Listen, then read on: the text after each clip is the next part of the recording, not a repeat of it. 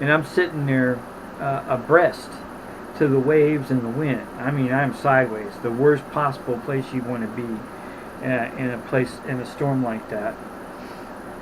And I was alone. There was nobody out at the lake that you could see. I mean, it was just me. There were some other guys fishing, but when the wind picked up, they left. So I was pretty much by myself.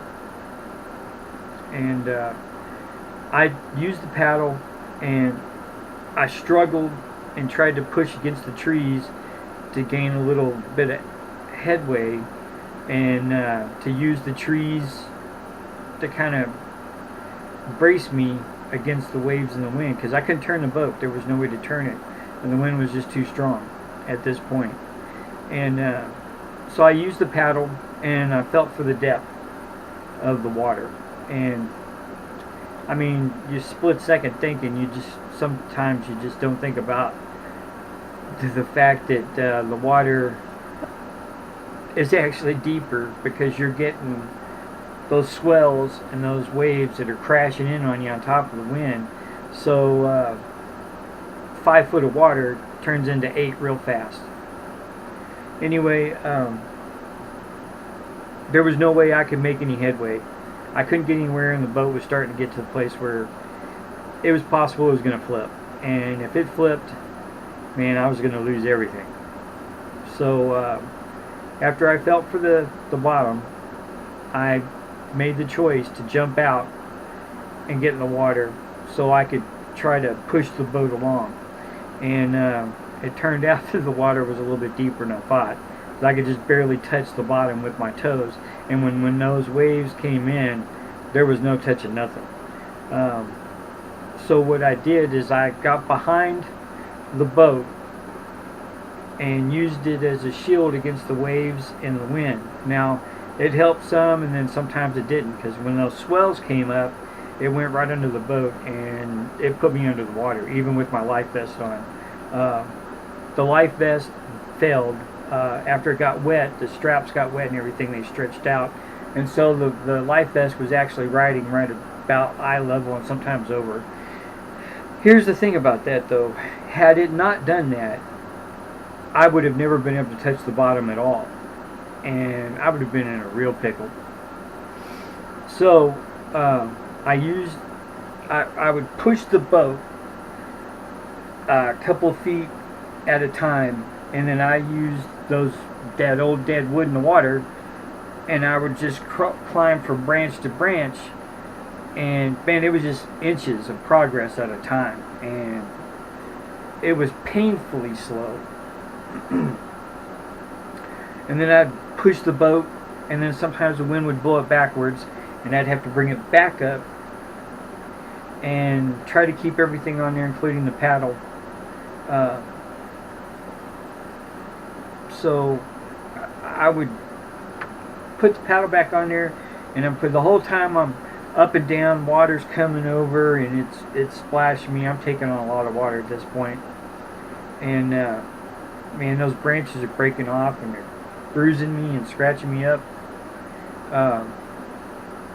So I kept going, and I kept pushing, just 1 foot, 2 foot at a time. I moved the boat, and then I would use the branches to try and get a little bit ahead. And of course, you know, they'd break because it's just old dead trees.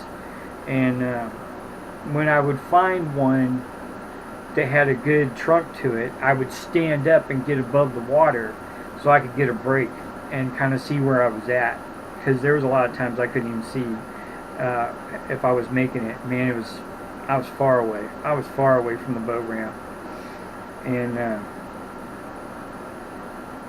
I had my GoPro on a Yak Attack dog bone with the screw-on mount. Every time it crashed into the trees, it would hit that camera, and it spun just a little bit. And it's a brand new GoPro 6. About halfway through it, that camera came off, and it went into the lake. It was unrecoverable. There was no way. I was at this point, I was just trying to stay alive, because there was a point where I was about halfway through it that I was running out of energy real quick, and man, my muscles were just screaming at me. But so I just let it go, and at this point I was just trying to save my life and whatever else I could on the boat, and I'd crawl a little bit more, and the waves are crashing over my head, and I'm still taking on water, and the vest by this time is up above my eyes and I can't really see, so I'm having to raise my head to try and get a little bit of a viewpoint to see the trees ahead of me. And there would be little channels in the tree line, and I'd have to push the boat far ahead to where just the back end, just the stern, was in my hands, and then I would have to just push off against the trees and try to swim over to the next group of trees and grab hold. Sometimes it worked and sometimes it didn't. So a 5-6 minute motor from the spill gates to the boat ramp took me about 3 hours. And there were some people that showed up towards the end that could see where I was at, and they ran over to see if they could help me out. And there was nothing really they could do. I mean, the water's, like I said, it's still here, and I'm just tippy-toeing, trying to keep staying without losing any ground. But finally, they saw a channel that I could get to that was actually a little bit shallower, and they yelled at me to move over. So I took their advice and I went over, and the water went from here to just about chest level. Well, after I was able to get some good purchase on that lake floor, I started making a little bit more headway. And man, I'm giving it all she's got because that wind is really coming on. So I make it to the shore and I'm still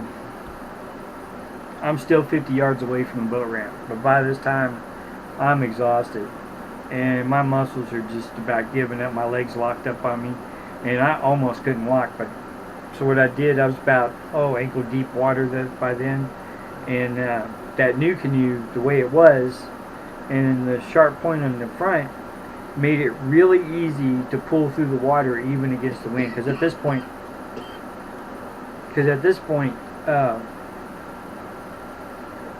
I mean, I'm just dead to the world. So I pulled it and got to the boat ramp, and once I got the boat up to where I knew it wasn't gonna blow away, I literally couldn't stand anymore, and I just fell and hit the concrete and laid there on the boat ramp for, gosh, I don't know how long.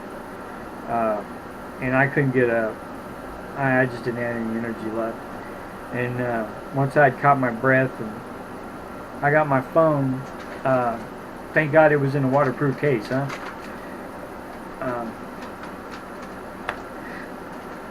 I called the wife, and she came out to help me load the boat, because by the time she got there, I pretty much had everything stowed. And by the time she got there, the lake rangers were notified, and they came out to make sure everything was okay. And we got everything loaded up. Man, I'm drenched from head to toe, and I had to dump out, I don't know how many gallons of water out of that boat. But by the time I got it back to shore, there's only this much of the edge on the inside of it that wasn't underwater. I mean, literally, I don't know how the thing stayed afloat. But here is a testament to New Canoe Pursuit. That boat never flipped. And first and foremost, I'm going to give credit to God. Because believe it or not, this wasn't me being an action hero star, and I'm just pressing it on and giving it all I got. And I was praying, guys, because I really came very close to dying Sunday. I was that close. So I was praying. I wasn't talking tough. I was praying. Of course, you know, when you're in the middle of that, you're not really thinking about, you don't have time to freak out or any of that other stuff. All you can do is you just push it, and you take that next step, and then you push it and you take the next step, and hope that you make it. If that water had been any 2 inches deeper, I wouldn't be here talking to you. So be aware of the weather, but watch the skies, because there was no forecast for this. And I mean, I think it was supposed to get up towards later in the day to about 19 miles per hour, which is bad, but manageable. I mean, I've been in that before, and I made it out. But this went up to 40, 45 miles per hour, maybe even more. It was downburst. And boy, it was catching me. Even big boats wouldn't have been able to survive this one. I mean, it would have pushed them around even with their motors. It was dangerous. It was the most danger I've been in. And guys, I've been in firefights. I was a crash and salvage guy on the USS Nimitz and survived a major fire. And when I say major, I mean major. Many aircraft on fire. I've seen a lot of people die. I've been with them when they left.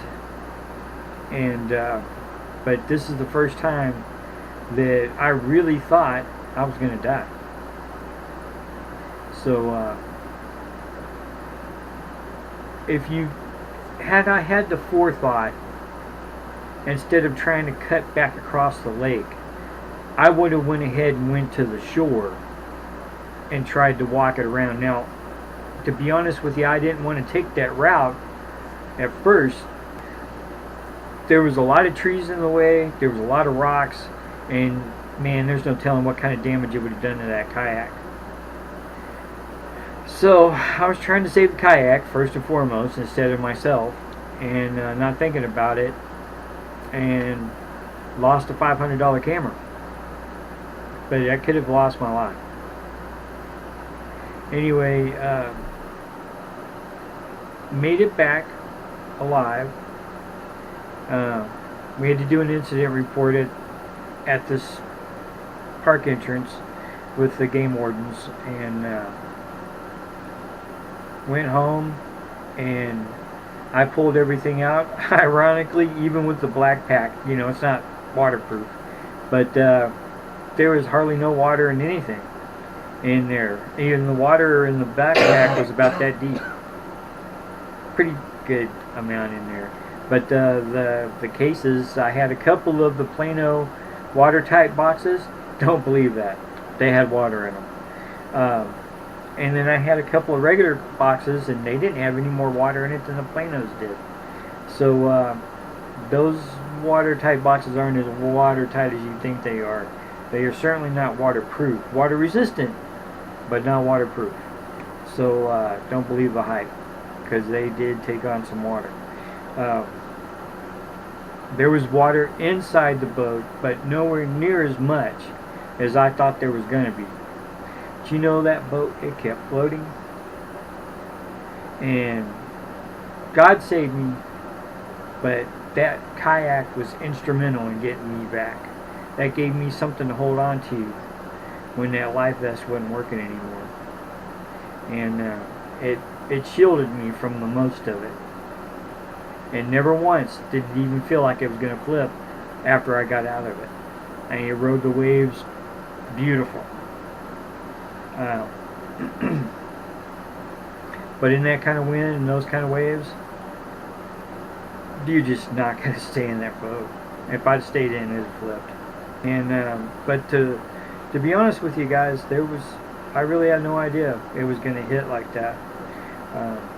It was a freak thing that came up, and boy, it was less than a minute from calm to gale force winds in an instant.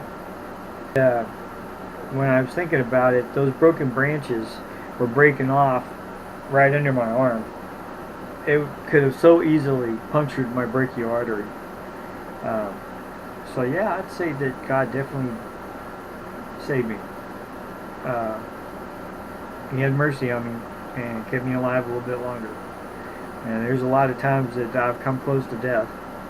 But I've had tornadoes go over my truck when I was driving cross country. Like I said, you know, all the mortars, rockets, gunfire, even when they were throwing rocks to our windshield in Iraq. And then, of course, the whole time I was in the Navy, there were several times I almost bought it. But this one I didn't have any control over at all. Zero. Outside of those trees and pressing along, I just don't, outside of God, I don't see how I made it. So there you have it, guys. That's the reason why I haven't been on for a while. It's kind of sucky because it seems like every time we've gone out in these boats, something bad has happened. Least of which was losing a rod. But she flipped. It could have been dangerous had the wind been up then. Alright guys, so sorry the video was too long. I made it in two parts. I tried to put a little bit of the footage in it from the lake to try to break up the story a little bit. Hopefully it was easy to follow, but I don't know, it may have it may be a scattered mess. But anyway, that's it. Getting back to her, Lynn forgot to, well, she didn't forget. She didn't like her life vest. She didn't like wearing it. And I've been telling her that she needed to get one. You never know what could happen. And just like with her, the next week, it was my turn. Mine was a lot worse than hers. So like I said, you never know. And Weather Channel doesn't tell you everything, and freaks of nature happen. So be as prepared as you can and be ready for anything, because it's exactly what can happen. Anything. Anyway, good night. God bless. And ride the waves, y'all.